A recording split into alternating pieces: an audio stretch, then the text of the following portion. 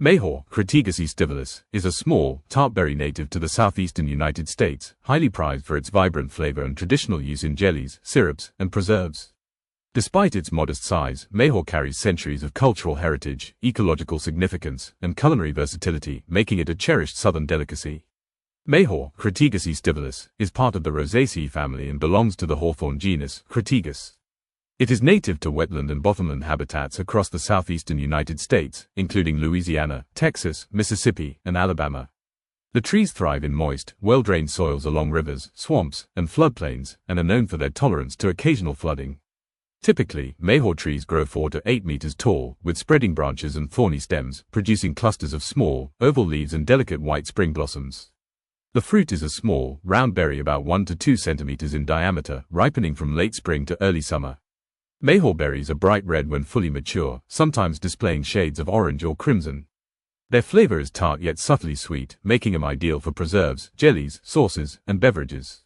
Due to their small size, fresh consumption is less common than processing into jams and syrups, which are traditional staples in Southern cuisine. Historically, mayhaw berries have been an integral part of Southern American culture.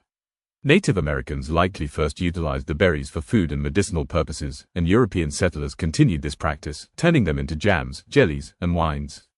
Mayhaw jelly festivals are still celebrated in parts of the Southeast, honoring this heritage and preserving knowledge of native plant use. Nutritionally, mayhaw berries are rich in antioxidants, vitamin C, dietary fiber, and polyphenols, supporting immune function, cardiovascular health, and digestive wellness. Their tart flavor profile makes them suitable for pairing with other fruits or sweeteners in culinary applications. Contemporary chefs and home cooks alike use mayhaw in syrups, baked goods, sauces, and beverages, while maintaining its traditional southern charm.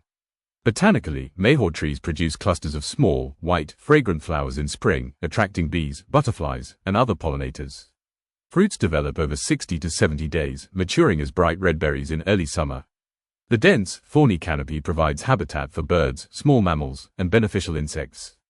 Ecologically, mayhaw trees contribute to soil stabilization in wetland areas, offer nectar and pollen for pollinators, and serve as a food source for wildlife. Culturally, mayhaw embodies Southern heritage. The berries, often harvested using traditional berrying methods with poles and screens in shallow water, are a symbol of community and regional identity.